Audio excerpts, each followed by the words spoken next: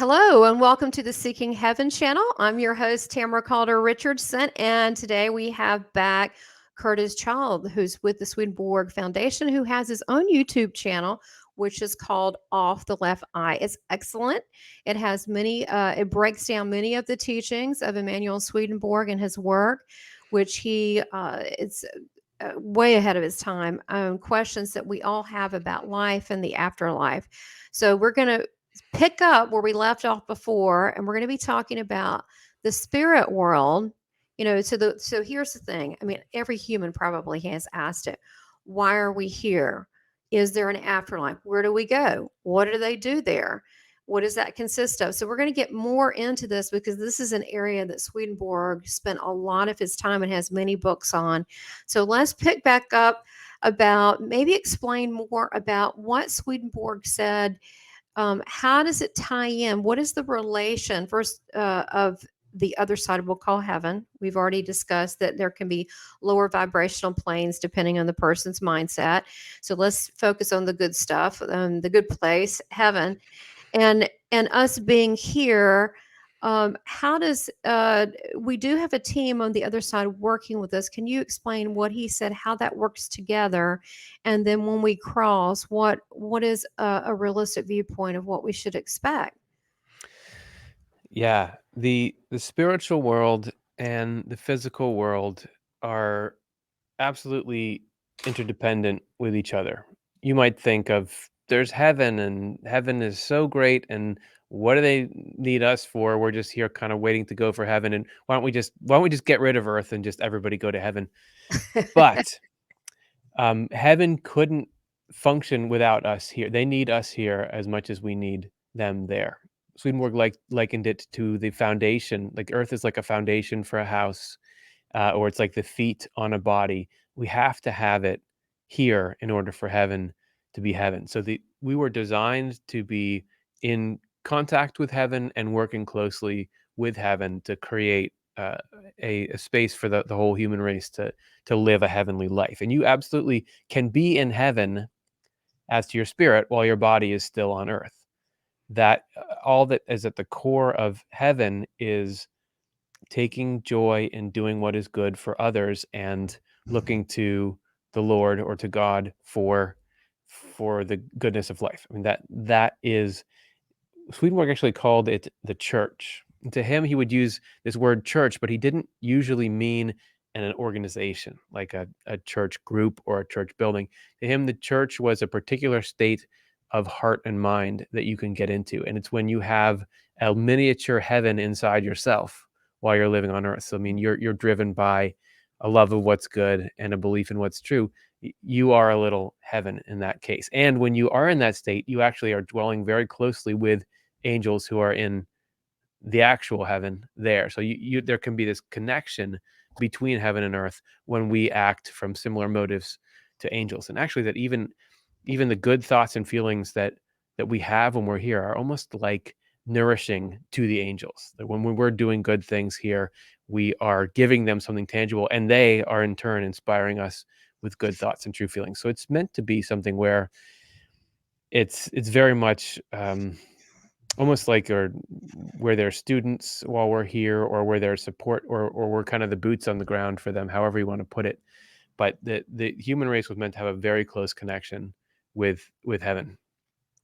Well, one of the things that I have had told to me, and I want to get your feedback on that, but when we're working hard like you on the channel and you're trying to spread love and wisdom the best that you know how, and people do it different ways. It could be therapy with children. It could be, beautiful music that's healing. It could be all different ways. But when we're doing what we do to help humanity and, we got to help ourselves too, is that, if we get tired or so forth, I've before in my prayers, I've heard from my angels go, um, they don't see us as different. They see, oh, you're working on our team for Yeah. God. They don't see us as different. Where I see, oh, you're like a lot higher and better, but they don't. They see, oh no, you're on the same team.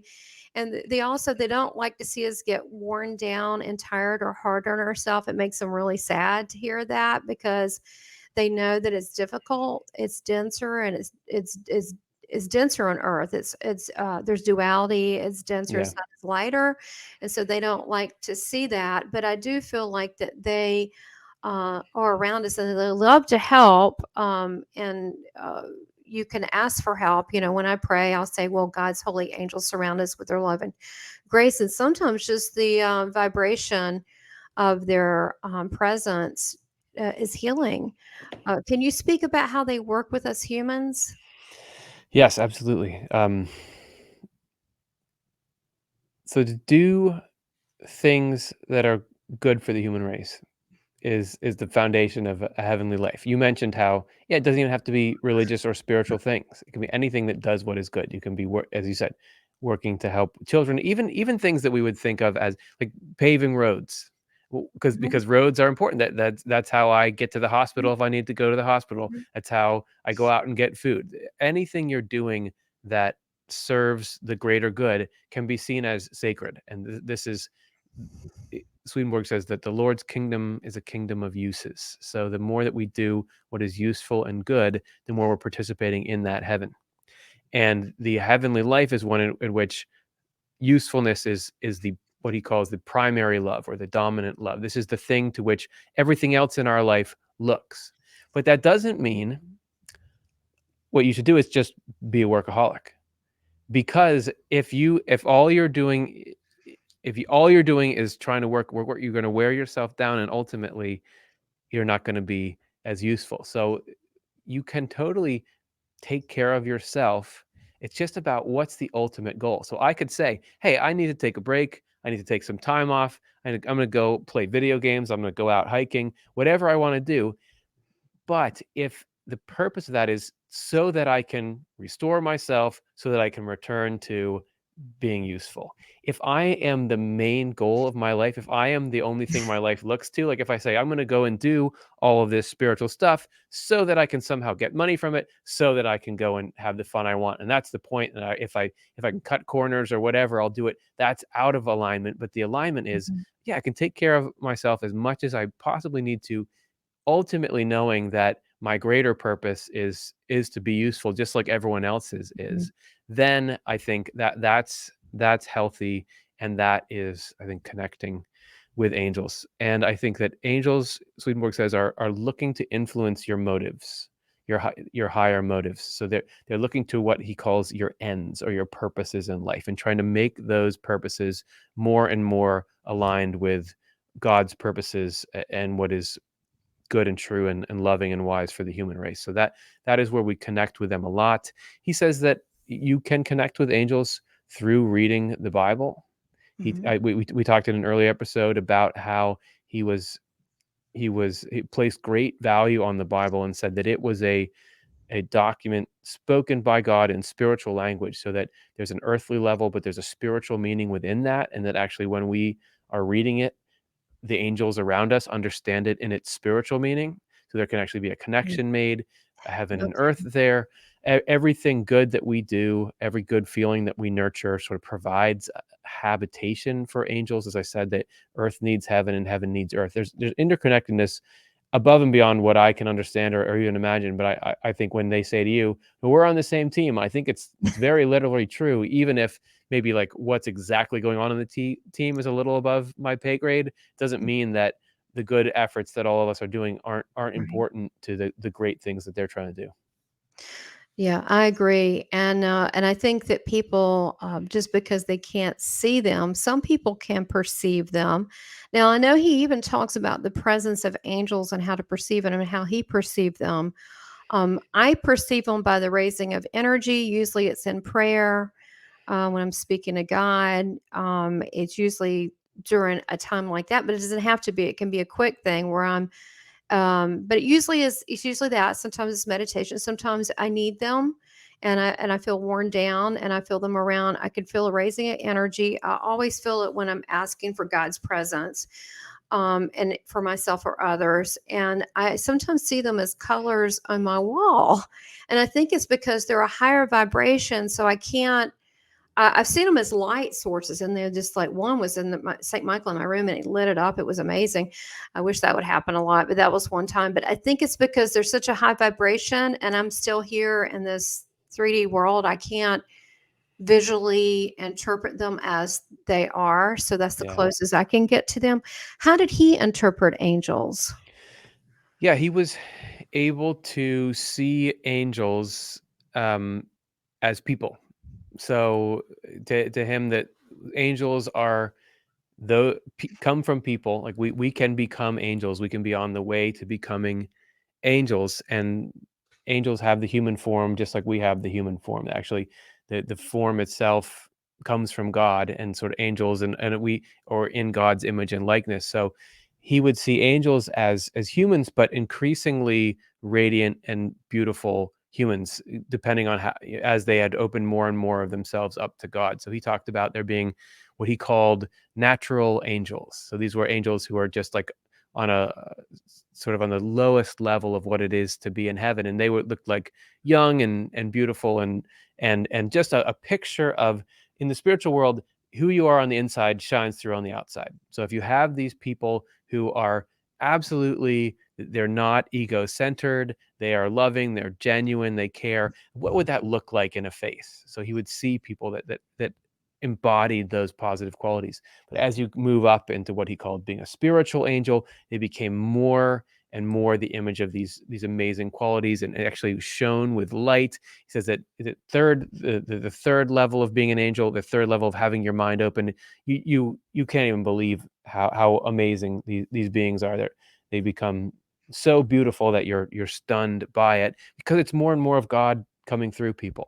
You're seeing more and more of the divine, which is, again, love and wisdom coming through people, and that is beauty itself, and that is charity itself and kindness itself. So angels, Swedenborg, there's times when there was things that were so spiritually high up that he could only make them out a bit, but there's other times when he was just very sensibly, he'll talk about stories of traveling in the spirit to angelic communities, and he can see them and he can shake their hand and he can talk to them, and it's very much like people interact here. He talks a lot about the light in heaven and how it's so much brighter than the light we have here, and so much clearer than the light we have here, and everything is more beautiful and more vivid and more real. But it's something we would recognize. Like there's a lot of similarities between what we have here and there. It's just a more and more perfect form of it.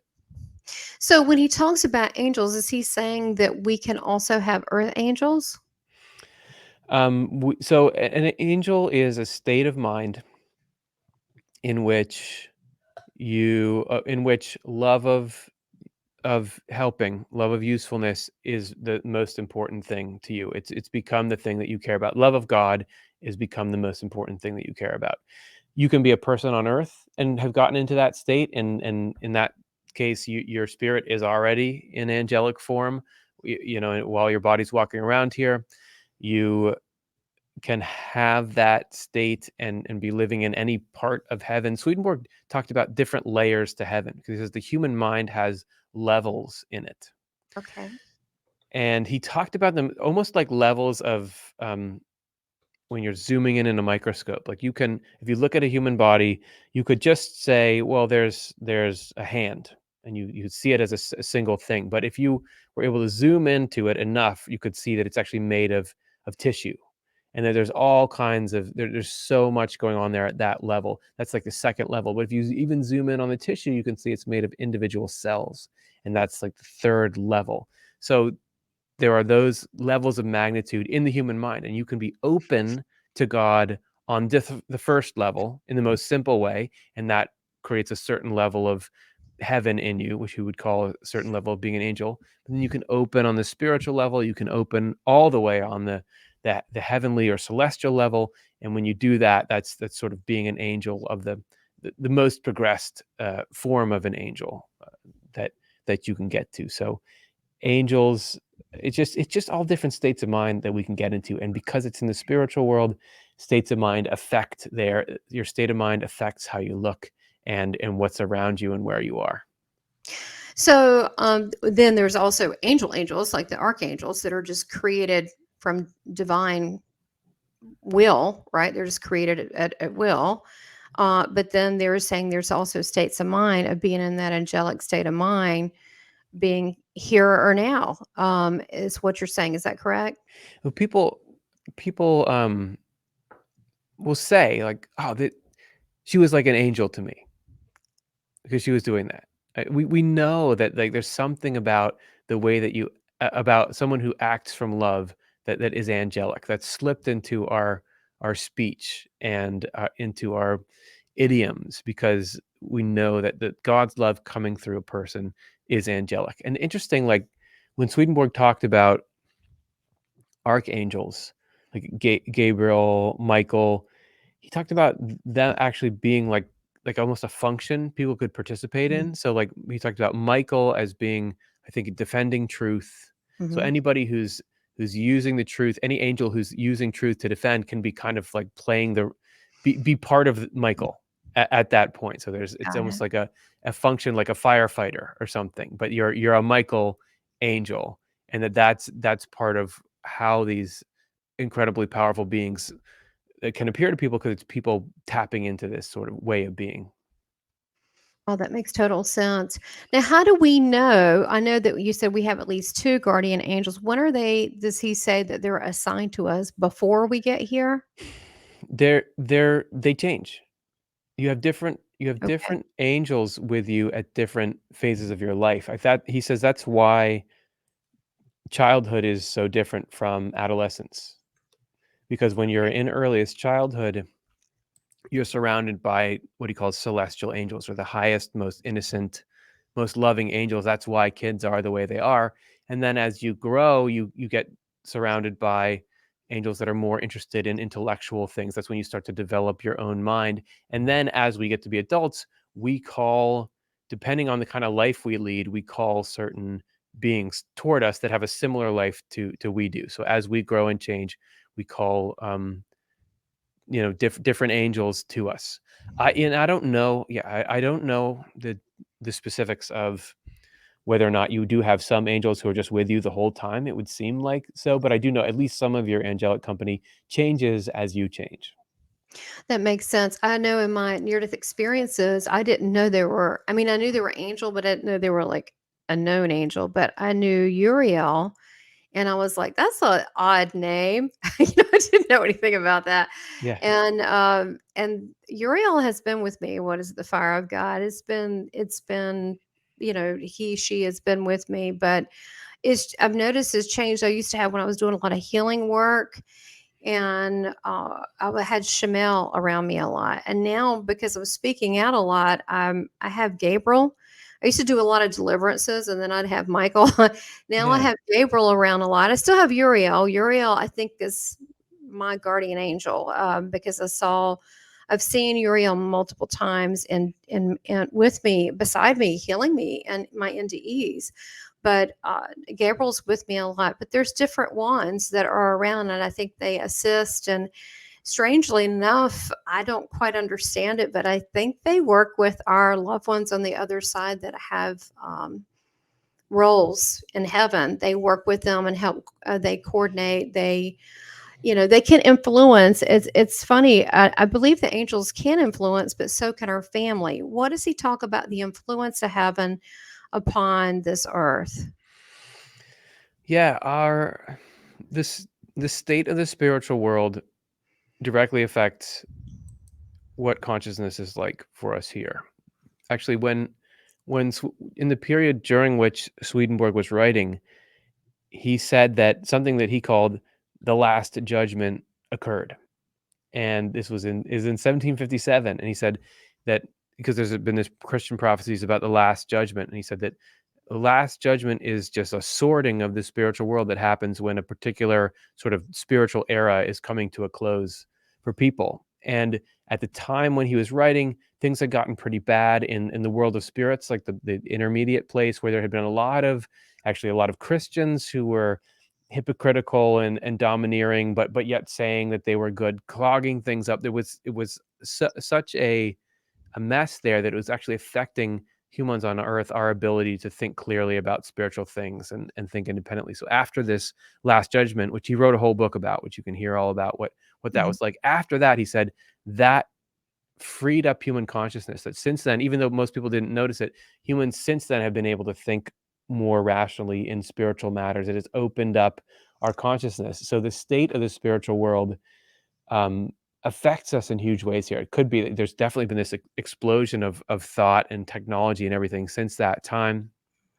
Could be related to these events that went on in the spiritual world. So the presence of heaven and our connection to it influences us all the time. And the more that we become aware of it and the more that we follow heavenly things, the more direct that influence can be. So if we are consumed by materialistic and selfish things, Swedenborg says the angels are there, but they're just kind of damage control. They're just kind of like trying to lead us from the back. But if we love what's good and true and are trying to move toward it, then it's like we're sort of arm in arm with them and working towards a common goal, and then things can go a lot more directly. So if we have different angels and our our relatives, basically heaven, that energy of heaven influencing us here, what ways could it influence it? Could it influence our path or our journey in this world? Yes, it can influence your thoughts themselves. Like it can influence the way that you think on a day-to-day basis. Like absolutely can influence the way that your life goes.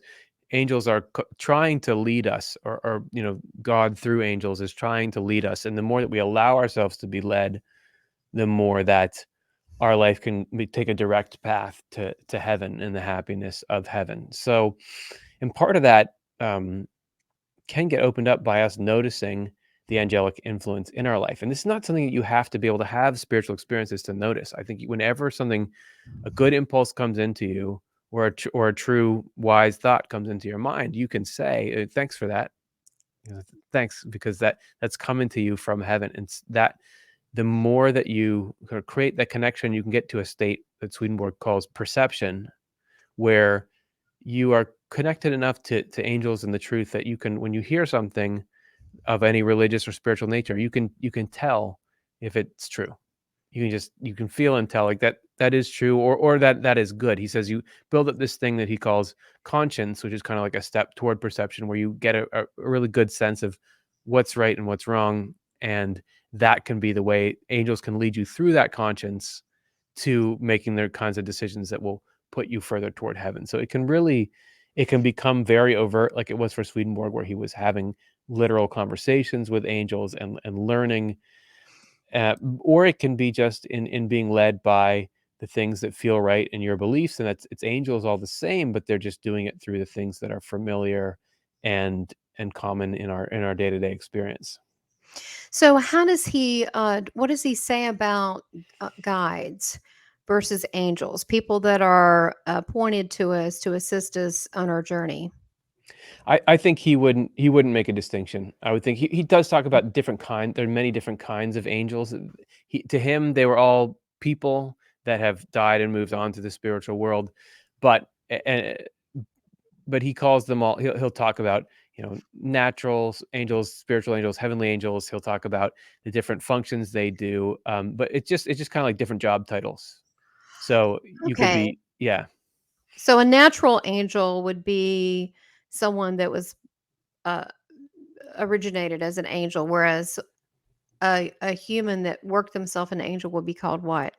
Oh no, natural angel would be like it's a person. He uses the Okay. term natural, spiritual. He means natural as in, and this is again getting to that like 18th century terminology that you're talking about. To him, natural, there's a natural level, the spiritual level, and then the heavenly level of the mind being open. So the natural will be the first level. So natural angels are like people who have good hearts and are interested in doing what's right and have gotten to heaven, and they do that there. They're not necessarily looking to seek really deeply into all the mysteries of life. They're not looking to find out the core of everything. They just want to do what's good and get it done. That would be kind of a natural angel. A spiritual angel is someone who's driven by the pursuit of wisdom and knowledge. So they want to continue to learn and grow and understand things and be able to share that with people. That would be like a spiritual angel. And a celestial angel or a heavenly angel is a person who is driven by love and driven by the desire to do good to the whole human race. So those basic orientations are what pull people into these different parts of heaven and give them a different role to play. Swedenborg says that the whole of heaven is like a human body in function. So just like in the human body, you got your hands, and your hands are important. Like I can't pick up a cup with my mind, right? It's got to be with my hand. That's kind of like a natural angel is, all right, I'm going to get something done. Whereas maybe like a spiritual angel is playing the role of the brain, a heavenly angel is playing the role of a heart.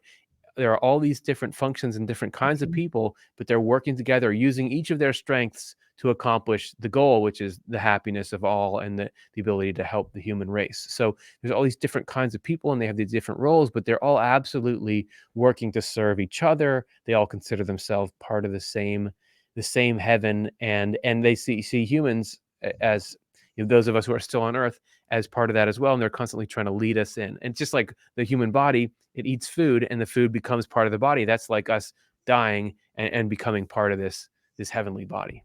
Oh, that's beautifully put. That's Hmm. I'll have to think about that one. That makes total sense. So, how does the angelic realm work with our loved ones on the other side to assist us here? Does he speak of this? Yeah. So the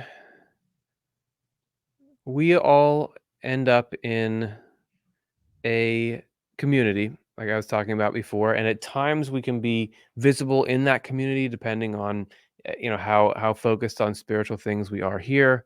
So angels can see and loved ones who, Swedenborg would call those just a kind of angel.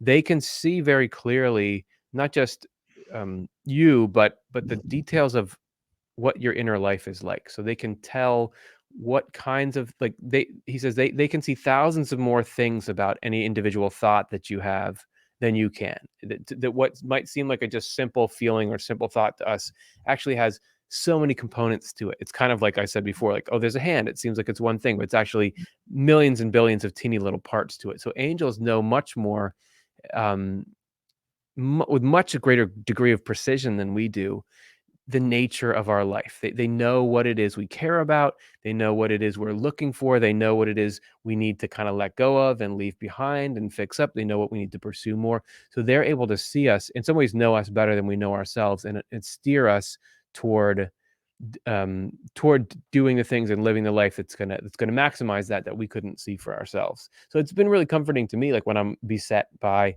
negative thoughts and feelings, that angels understand exactly what these are and why they're troubling us and how to fix them and how to get rid of them. So I like the idea of thinking of them almost like a surgical team, figuring out how to get us to remove that stuff and put the good stuff in. So, I wanted to ask you, how does that work if someone wants divine intervention? Do they, from what I understand, that God, Christ is in charge of all the angels. So, if someone needs intervention, divine intervention, does God or Christ coordinate this? What does Swedenborg say about this? Yeah, the heaven is only the heaven is only heaven because of the presence of the Lord in it. So angels are only angels because of the presence of the Lord in them. And if you think of heaven like a body, like I was saying before, well, the Lord is the soul of that body. And the body only moves at the behest of the soul. So everything good or true that's done is done by God through angels, and all the angels would admit that. It's actually part of what it is to be angelic, is to say, look, all this good that's happening, this is not me. This is the Lord coming through me to do these good things for you. So even though it happens through me, and Swedenborg talks about angels accomplishing all these things, and when we pray, we can be heard by angels. It's ultimately God who's organizing all of it. So I think that you're Swedenborg says it's good to approach the Lord, or he would say Jesus, as a person, and think about and develop, because one of the amazing things about Jesus is that it's a God that we can understand, and you can have relate. We spend our whole lives learning how to love and relate to people, So to have God be able to be a person in front of you is absolutely the way that you're supposed to approach it. Think of God as a person, which is the person of Jesus. So I would think you would say, and only God knows what's really good for us. I can say, "Hey, will you do this for me?" But I can't think 10,000 chess moves ahead. I don't know what I really Swedenborg has this wonderful line, which is like, it's part of what makes angels so happy is that they realize they don't really know what they need. They don't only God really knows what they need. And to me, when I'm all wrapped up and I'm not getting this thing that I need, or well, what about this? To say, I don't know what I need. I don't know if I need those things. So ultimately, it would be, Right. thy will be done. And we Yes. try to, I say I that all the time. yeah, which is, I think it's fine to pray about specific things. There's times when you just feel like you need to, but ultimately, it's in the spirit of, Mhm. I think maybe I need this, but you're the I do boss. that. I What do do you think? that. That's Yeah, how I talk to God now. yeah, I go, "Is this where you want me? hmm, I want to do, the works that you want me to and feel proud of, and this at my highest good. Is this where you want me?" yeah, And since I've been following this whole God path, and I say that because, in my 20s, I kind of partied. I didn't really do that, but yeah, this is a way better way. And it feels like it's my natural path. It feels everyone's natural path to really, that's who we are as love. But I find that what I want is not always what I need. And right, I'm okay with that. And then I look at really truly when we look at what we really want and what we really need, we don't really need the stuff. We need love. We need food on the table and all these things, but usually it's a lot more simple. And what makes most people happy is the simple little things. And so I ask, what is my next move? What should I do? And it's never what I think it is. yeah, Most of the time it's not. Sometimes it's a total surprise and I'll go, "Really?" And or sometimes I find, "Do you want me to continue with this?" And I'll ask questions like, "Why is this?" And so I guess I get a little humored by some places that God wants me to go. Like, the whole star seed thing. I'm like, "Why?" And I'm like, I guess it's because topics that are on people's mind, he wants it covered. And he wants to be a part of it. God is everything. God is in everything. So he doesn't want to leave topics off the table. So I'm going, this is okay. yeah. So it's just everything leads back to God. So let's talk about uh, I know that we have that Jesus talked about having divine that we all have certain abilities and gifts and so forth, and definitely Swedenborg did too. So, did he discuss for as our innate supernatural abilities once connected to the divine? Everything proceeds according to order. So even even miracles and things that are described, let's say in the Bible, he says all the things in there that did happen. He doesn't say that everything that's in, especially the earliest parts of the Bible, literally happened. He says some of that is correspondential, but the miracles of Jesus, for example, he says that those did happen, but they happened according to order. Like there are spiritual laws, just like there are physical laws, the laws of physics, and somehow it has something to do with the way that the spiritual and physical world relate. That those things could actually happen. So there are ways in which, absolutely, as we come more and more into the divine design, things can things can start to happen. The Swedenborg, when he got to where he was, not only could he see and talk to spirits and angels, but he began to have premonitions. There's a famous account. I think if you go to his Wikipedia page, it's on there, about what was called the Stockholm Fire, and Yeah. he was at a dinner party in a couple days journey away from his house in Stockholm, and suddenly he was looking very distressed. This is well documented. There's a lot of people there. He's looking very distressed. People asked him what's going on, and he said, "Well, there's a fire in Stockholm where my house is." And there's no way to do fast travel messages, so no one could know. So they're like, okay. And then later in the evening, he said, "It's okay. They put it out 3 houses away from mine." because he had his books in there and everything that he needed to keep going. Um, and then a couple days later, when the writers came in and told them what had happened, it was just as he had said. There was a couple of times when there were influential and famous figures like royalty who had asked him about things that no one else could know, and he was able to tell them. There was a woman who had lost a will that she needed for something. He was able to give that to her. It's even said that when he would get on a boat, the sailors knew of him and were like, "Oh, great, Swedenborg's on here. He always gets good weather. Wherever he goes, he gets good weather." So I don't know. He didn't spend a lot of time talking about things like that. He did talk a little bit about, I think, having some physical improvements in his body as he went through this. But it does seem like when we're in the divine design, God has more power to do things. So the more the divine design would include us focusing on love and wisdom and usefulness, and the more and more we get into that, it does seem like being able to sense the spiritual world and all kinds of things that come with that eventually should be within the reach of anyone. And this was something that actually back in human history, when we were more spiritually open, it was commonplace for people to have open communication with angels and spirits and everything that came with that. Right, that makes sense. So, I want to talk about and kind of finish up, why is it that we live in this world of duality? People may call it also darker things. Does he embark upon that? The the physical world that we're in has some really important characteristics that make it actually a really good environment to start your journey on, because in the physical world, one form of duality is that I can be like, for example, if you felt like this interview wasn't going well and you were like, why this guy's, I don't like anything he's talking about, you could still smile and say, that's great, you're doing a great job, because we can kind of fake things right here, where your spirit does not your thoughts and feelings are not immediately obvious to people. And because we're saying we all struggle with negative thoughts and feelings, and I have times when I'm like, wow, I can't believe I'm thinking that, or I can't stop. If that was just apparent and out there, it would be embarrassing, but also it'd be very hard to reflect and change who we were. But because we can be here and kind of we have these two parts of us, I can actually look over and say, that's not who I want to be, to my own thoughts. That allows us to make progress and change. Whereas when we've shed the physical layer and we're just spirit, it's much more like you're shooting from the hip.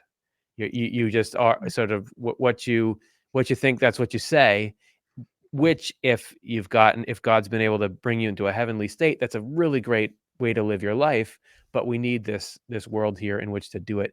And I think that the duality, another aspect of the duality, the negativity in it, we reflect both sides of the afterlife. So there's the heaven side and then the hell side, which is everyone who's devoting their life to the pleasures of harming and doing terrible things. That we see both of those, because part of what we're doing here is getting a sense of what right and wrong are, so we can make our choice of what do we want to do. You can't really know what goodness and love are unless you have a sense of their opposite.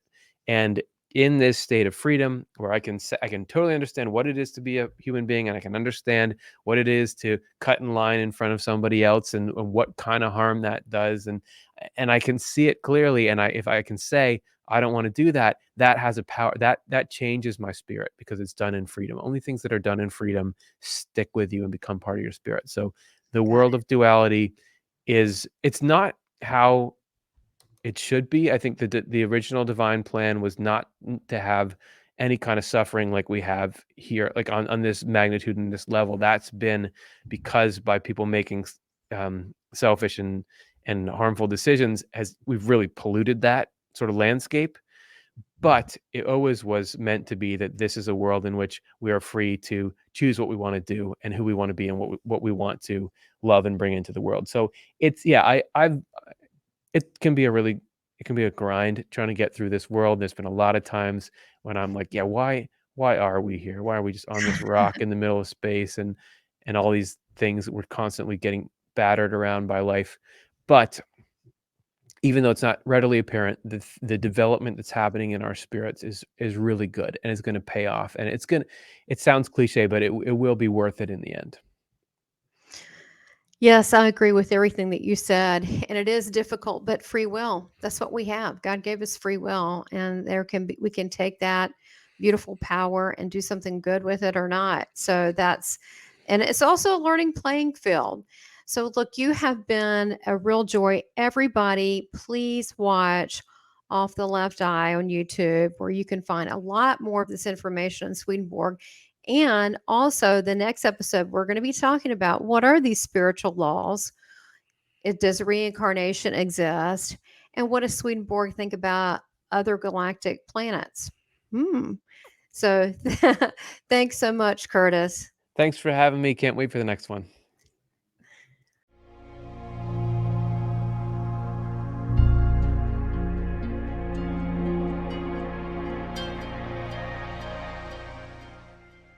Please subscribe, like, and make comments, and support this channel by becoming a member. Thank you for your continued support.